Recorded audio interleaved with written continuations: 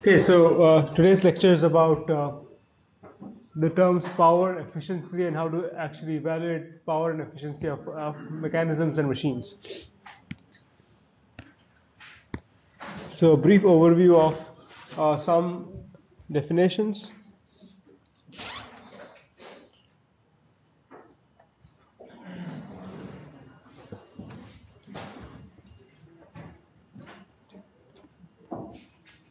Okay, power is defined as the rate of change of work done. So, power is du dt. U is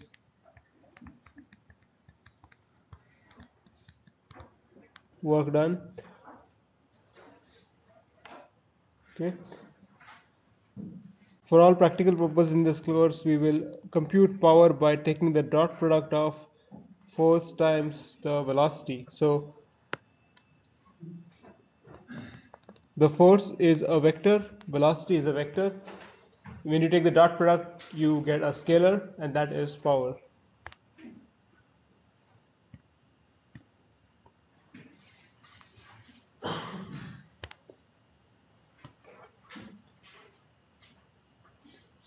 Okay, the unit of power, well, you can see from this that unit of power should be the units of force times the units of velocity. So unit of force is Newton meter per second square times the unit of velocity is meters per second. Okay, so Newton meter square divided by second cube. Is that right? No, force, sorry. Force is newtons. So force is newtons and velocity is meters per, it's Newton meters per second. Okay. However, when you start looking at, say, for example, the spec sheet of a motor, a DC motor, the power will uh, may not be in this unit. It will be in a unit called horsepower. So 1 horsepower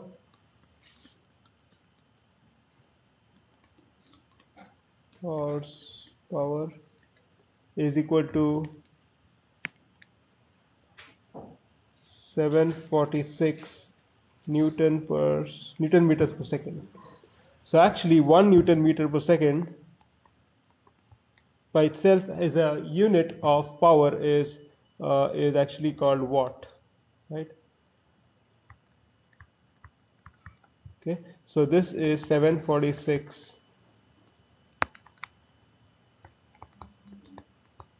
watt.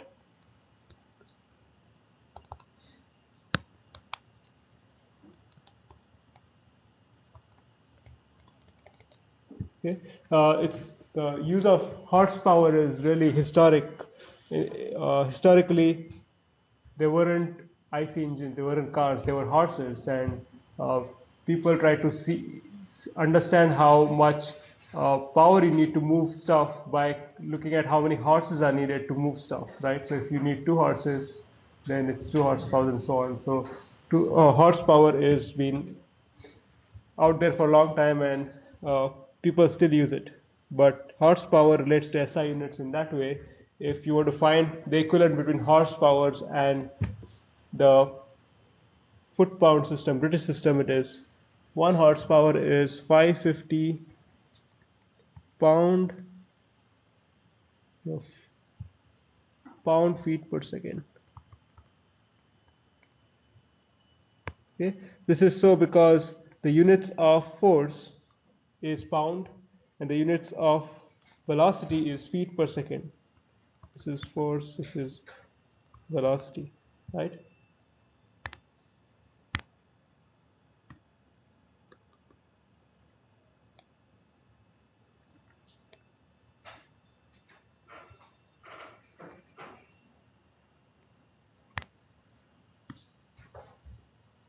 Okay, and the other thing we'll use in this or understand this section is the efficiency of a machine.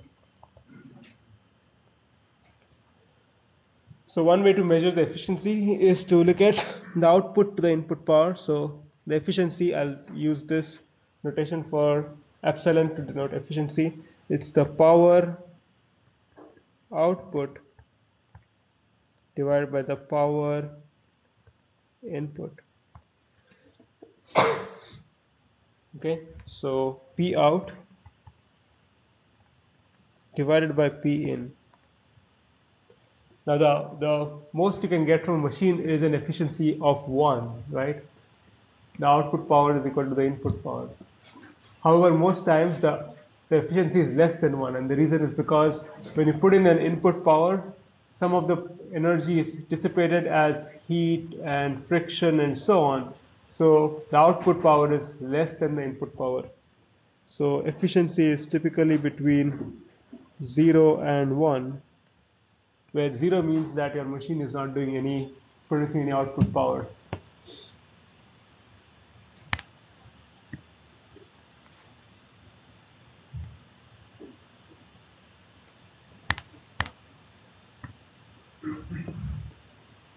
Okay, is that clear?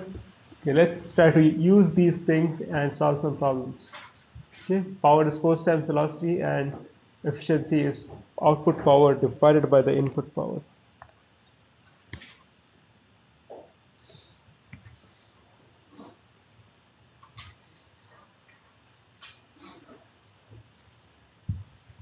So a 10-pound collar starts from rest at A and is lifted with a constant speed.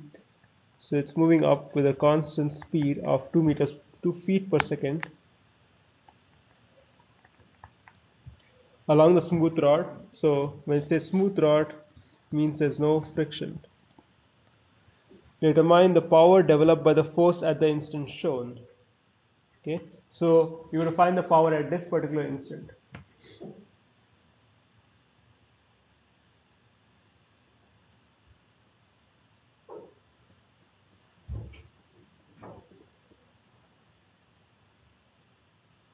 So we know that the power is force times velocity. We know that this thing is moving up with a velocity of 2 feet per second. So if I can find the force applied to the collar, right, then I can find F dot V and then find what is the power due to the force F. So my goal is to find the force applied at A. Okay, in order to find the force applied at A, clearly I have to use kinetics, F equals ma. So what I'm going to do is draw a Freebody diagram of A with the goal of finding the force at A, so I can find the power. So FBD for the collar looks like this.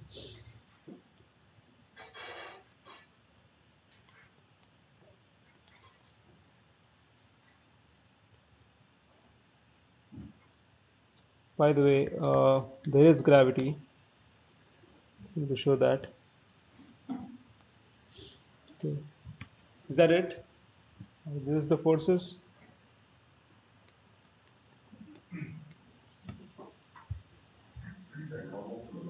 Absolutely. So there has to be a normal, otherwise this collar cannot.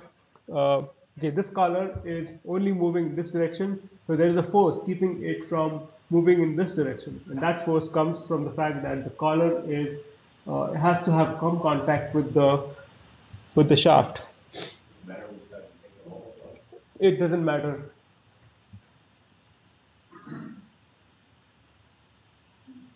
So typically you assume a normal and then the math will tell you what direction it is. Actually, it turns out that in this case it should actually have been to the left side, not to the right side, because you can see that this force will be balanced by the normal force, right, the component, so that's fine.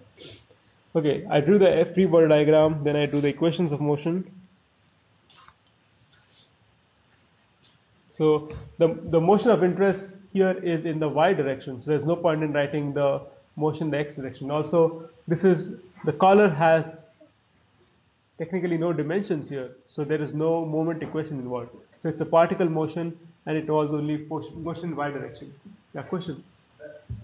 I don't know why you don't have like normal force on both sides, like because it can go either way, it can go the other. Yeah. So if I was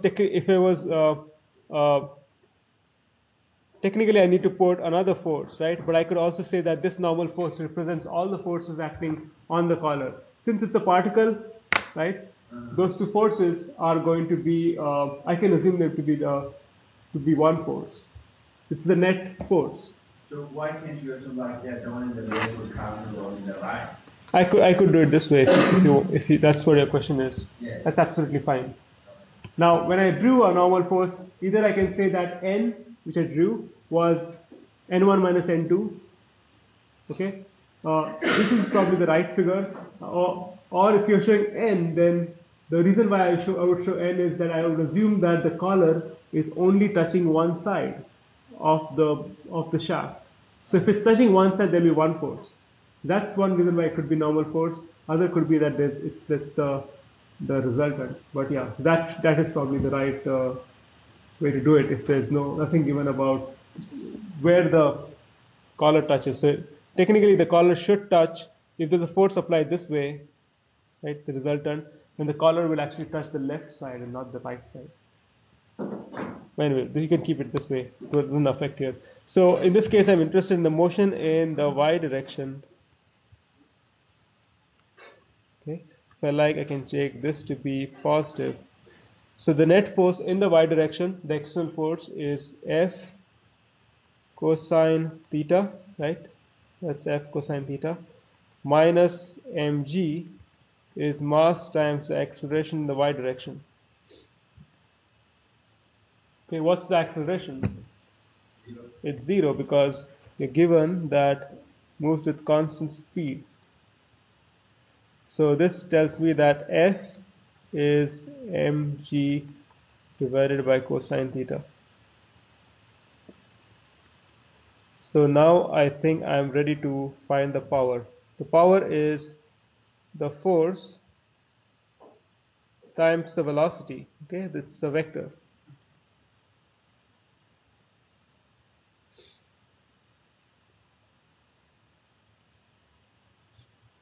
Sir, why do you, asking why you said there's no acceleration on it?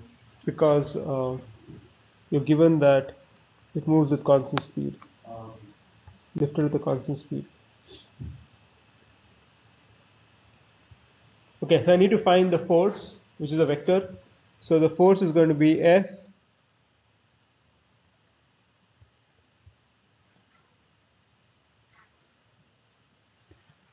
so this is x, this is y, this is theta.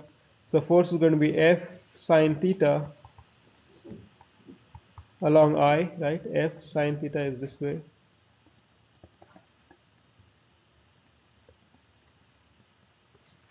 F cosine theta is upward, so plus F cosine theta j dotted with the velocity. So the collar can only have a velocity in the y direction, right? It's constrained to move in the y direction. So the velocity is v times j.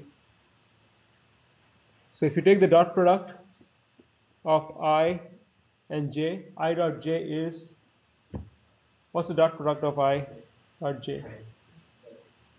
Is what? That's the cross product. I cross j is k is the cross product. What's I dot j? Zero. It's zero because what is the dot product? It is a dot b is the magnitude of a magnitude of b times cosine of the angle between AB, right? So if the angle between AB determines the, well, it gives you some, it tells you about uh, it it needs to multiply the magnitude, but when the angle is 90 degrees, like I and j is, cosine of 90 is 0. So in other words, if you want to do I dot j, the magnitude of I, magnitude of j, cosine of 90 degrees is 1, 1, but doesn't matter really because this is 0. So it's 0. So remember that I dot j is 0, j dot k is going to be 0, k dot I is also 0.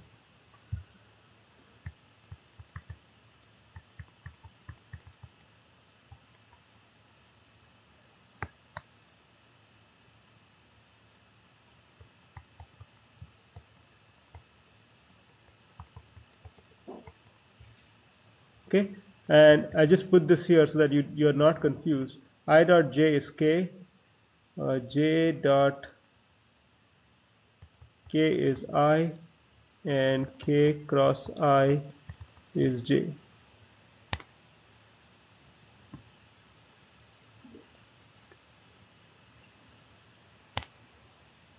By the way, I forgot to put these. Okay, let me like this side. Okay, I dot I is equal to j dot j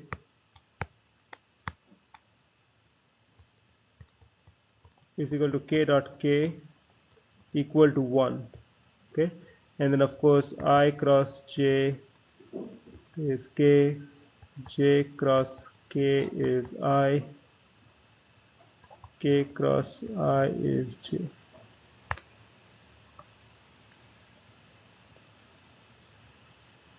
Okay, the reason I dot I is 1 is because you could apply the definition, the same definition. We have I dot I is magnitude of I, magnitude of I, which is 1 times 1, and the cosine of the angle between I and I. So I as a vector, which the angle made by the vector with itself is 0 degrees, and cosine of 0 is 1. That's why you get 1. Okay, so let's go use this here. So f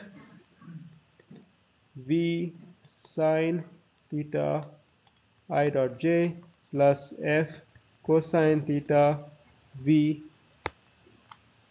f v cosine theta j dot j. So this is 0, this is 1, so it's f v cosine theta. I'm going to use the value of f from here, so mg divided by cosine theta times v cosine theta from 1 comes out to be mgv.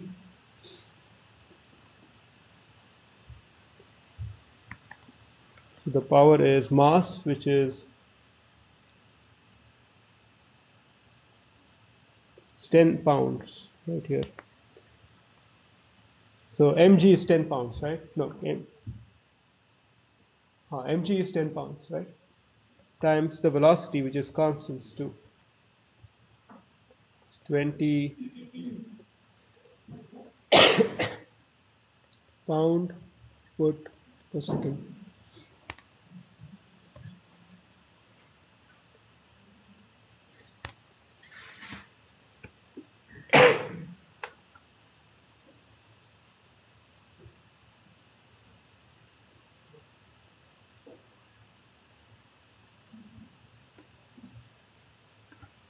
Any questions on this?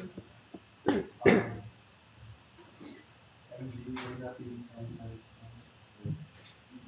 Was it because it was 10 over 32 kg times 32? How do you So mass is 10 lb and v is what, 2 feet per second, right? So the mass is in foot pound system, it's lb force. So you're not supposed to multiply with 32.2, right? Or Or I yeah, that's mg. mg is weight. Yeah. But then so if you wanted to divide 10 by 30 equals 2, then multiply again with it. yeah, so That's right. what I asked. Okay, so my bad. So mg is 10 lb. What I'm saying is m is 10 divided by 32.2 and g is 32.2. So mg is 10 from these two. Yeah, so I just took mg is 10 lb.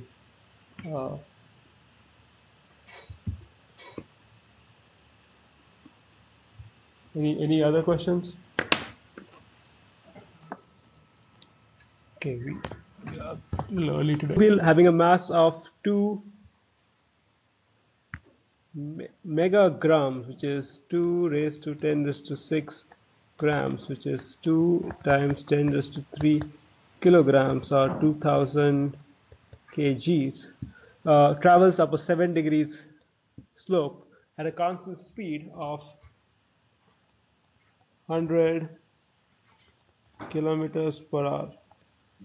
If mechanical friction and wind resistance are neglected, determine the power developed by the engine if the automobile has an efficiency of 0.65.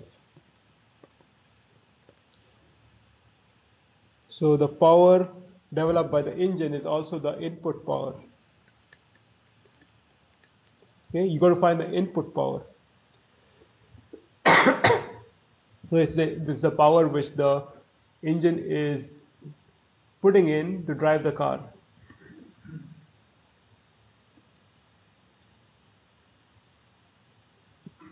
What we do know is, well, we can probably find the output power. Okay, so we'll try to use the physics or the dynamics to find the output power.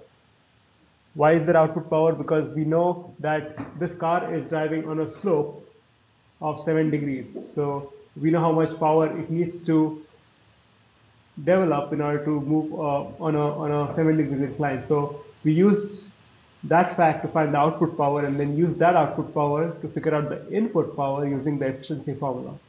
Okay, so that's going to be our line of attack. So in order to find the output power, again, we need to find the force acted upon by the force on the engine, which is also the force which is driving the wheels to go up. So we need to find the forces on the wheels of the car. If you want to find the forces, we want to draw the free body diagram. So it all boils down to first drawing the free body diagram and then using the equations of motion to find the force.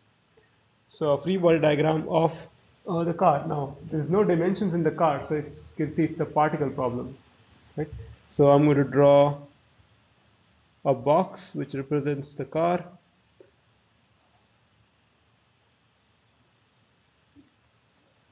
There's a normal force, there's mg, and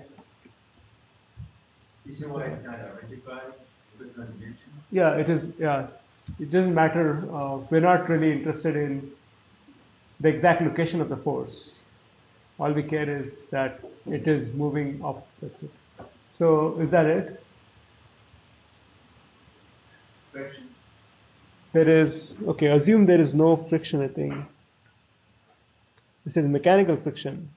Okay, but I would say uh, this is smooth. So ignore friction. Is there anything else? A force, yeah. So, but this by itself is not the right free body diagram because this is a particle on an inclined plane. If you let it go, it's going to slide down. But this car is not sliding down, it's moving up. There is some force which is moving it up. So there has to be a force this way. Okay, now I'm not, if it's a rigid body problem, I would put that force exactly where I need to put it, which will be on the, depending on the rear wheel or front wheel drive, it will either be on the rear wheel, that force, or the front wheel. Okay, this is, however, not a problem in rigid body dynamics. So the force can be put anywhere because we are not going to take moments. So that's the free body diagram.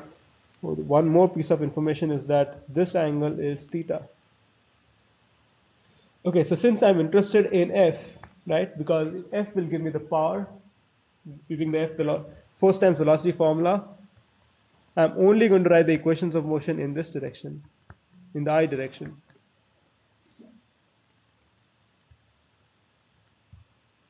Okay, so the force which I've drawn is acting along the incline F. Then there is a force due to mg, but it's acting in the opposite direction, in this direction, right? So mg sine theta equals mass times acceleration in the x direction.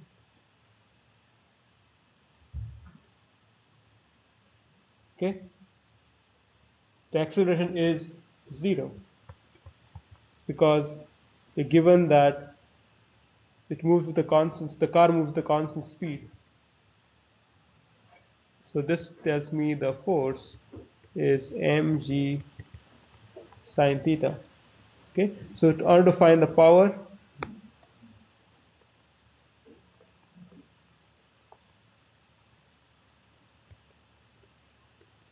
It's the output power because this is the power which shows up on the output end, right? It's not the power which is going to the engine. So output power is force times velocity. But the force is mg sine theta, and the direction is I. Okay, velocity is v magnitude, which is 100 kilometers per hour, and that's also in that direction. It's moving in that direction, right? So the power is mg sine theta times v. So mass is 2000 kgs. Gravity is 9.81, and I have sine 7 degrees, and the velocity is 100 kilometers per hour. So I need to convert 100 kilometers to per hour to meters per second. So conversion is 1 kilometer is 1000 meters, and then an hour has 3600 seconds. This is kilometers per hour is 1000 divided by 3600 meters per second. So if you do the math on this, it comes out to be 66.42, and I'm write it in terms of the units of power.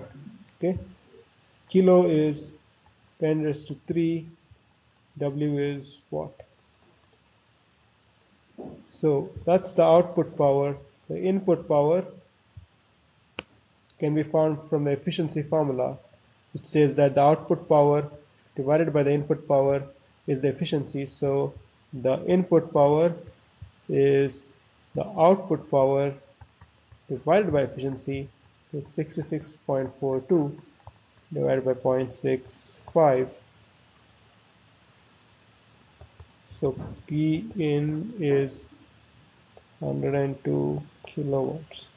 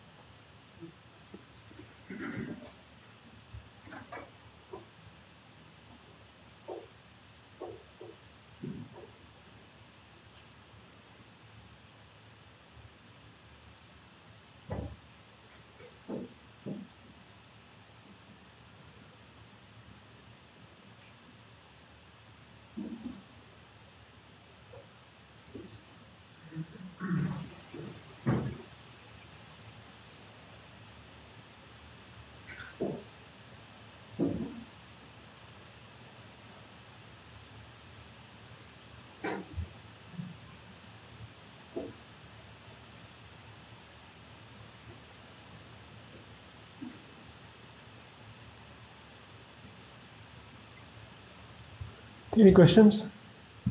Okay, it's very straightforward, right? So let's do the next problem, which is maybe slightly involved.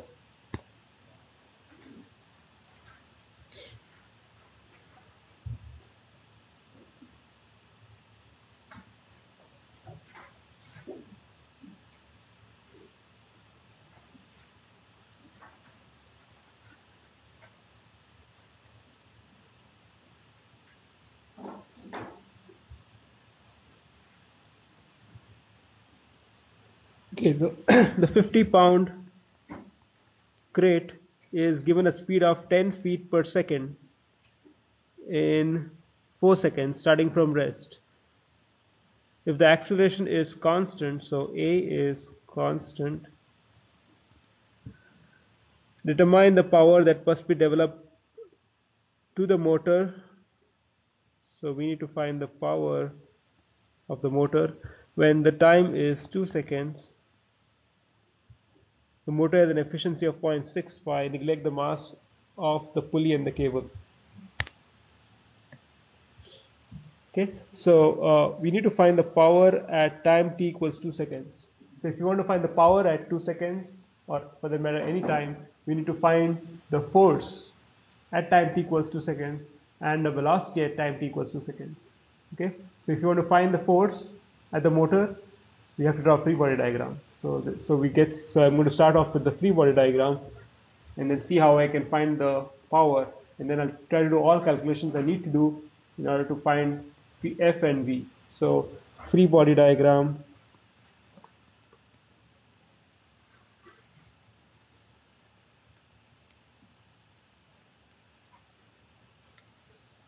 of the motor, of the pulley, and of the mass.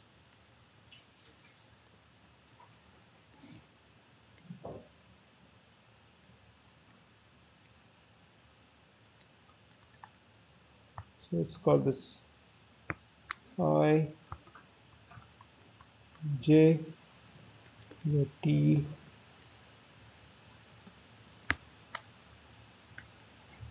O, Y, the tension, this will be 2T, same tension here, and then mg.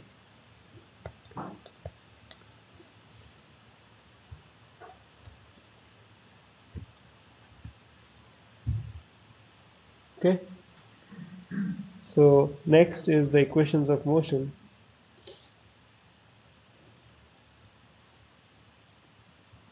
So the interesting dynamics are in the y direction. There's nothing in the x direction really. So I need to use Fy equals mass times acceleration in the y direction. So mg minus 2t equals, sorry, my bad. I should put it as 2t minus mg. And the reason I do that is because I know that the mass is moving upwards, or my acceleration is upward is positive, right? So 2t should be positive, as I've shown it, upwards. Minus mg equals mass times acceleration. So we're told that the acceleration is constant.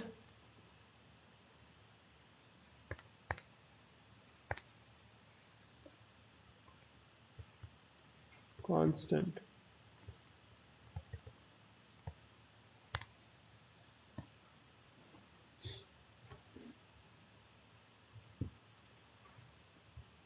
Okay, so you're given that, but then how do you get the power? Power is defined as force times velocity. Okay, so in this case,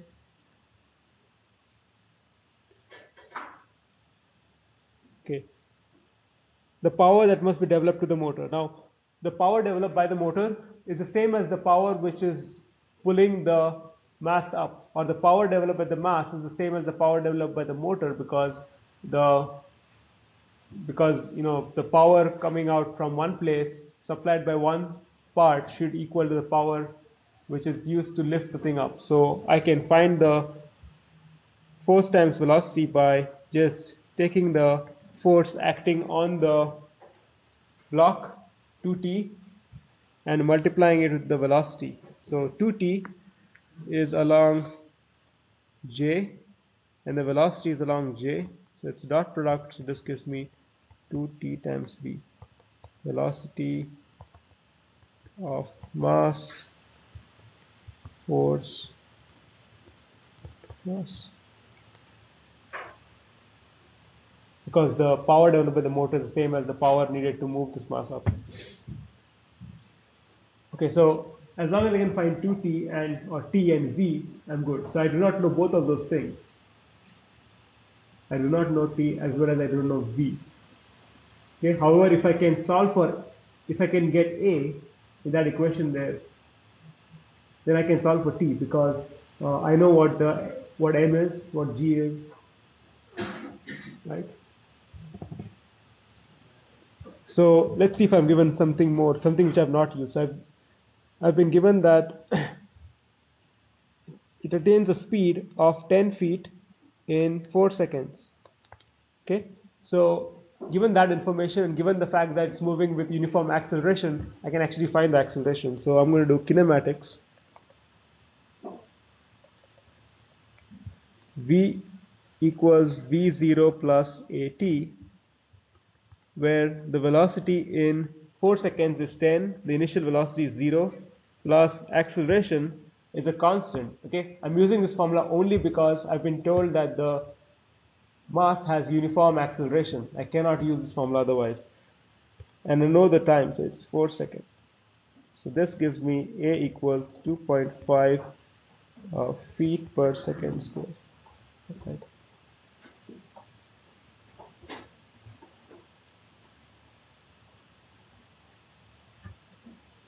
So I need to find the power at time t equals 2 seconds.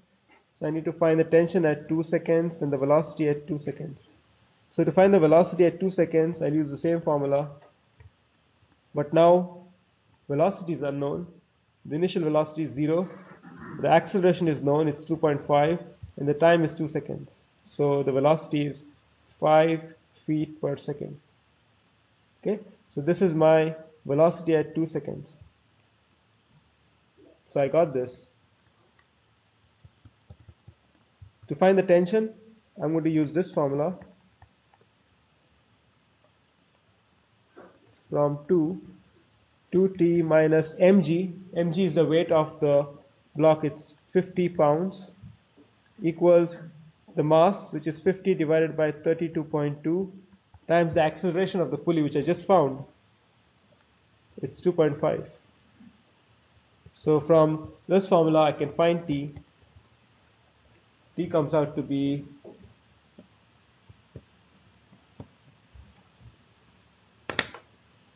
I need to compute this.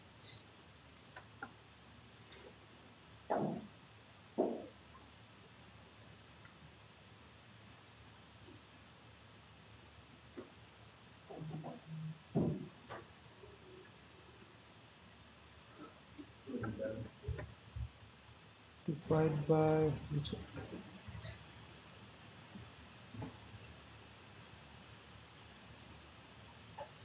yeah, 26.94, 27. So t is, let me just put it in this way. Okay, so that's t, and that's actually t at 2 seconds. In fact, that's the t for all the time instants, right? Because the tension doesn't depend on the time. It's a constant. Because the acceleration is a constant, the tension is going to be constant. So now from the power equation, the power is 2 times 26.94 times the velocity, which is 5.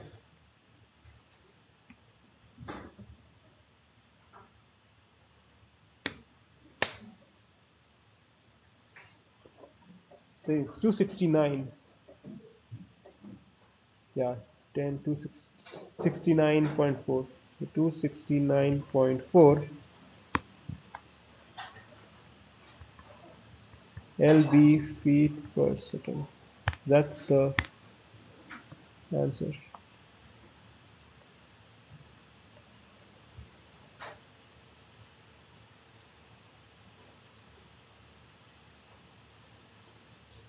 Okay, any questions on this? Okay, so next time, on Wednesday, I'll be doing the last section and finish this chapter off. Your exams are about, I would say, about 60% done, and hopefully we'll get it out by Wednesday. Hopefully, I'm optimistic. It's tough to say. Yeah. Within probably just 7, 8, 5 plus 3, 5 plus 6, 7 questions. Yeah. Somebody had a question. Yeah. That would be the alpha. Oh, my bad. I need to finish. Oh, I'm sorry. I'll finish it. P out is, this is the output. The input is P out divided by 0.65. So yeah, you got to, I'll finish it out and post it. Yeah, I missed a step.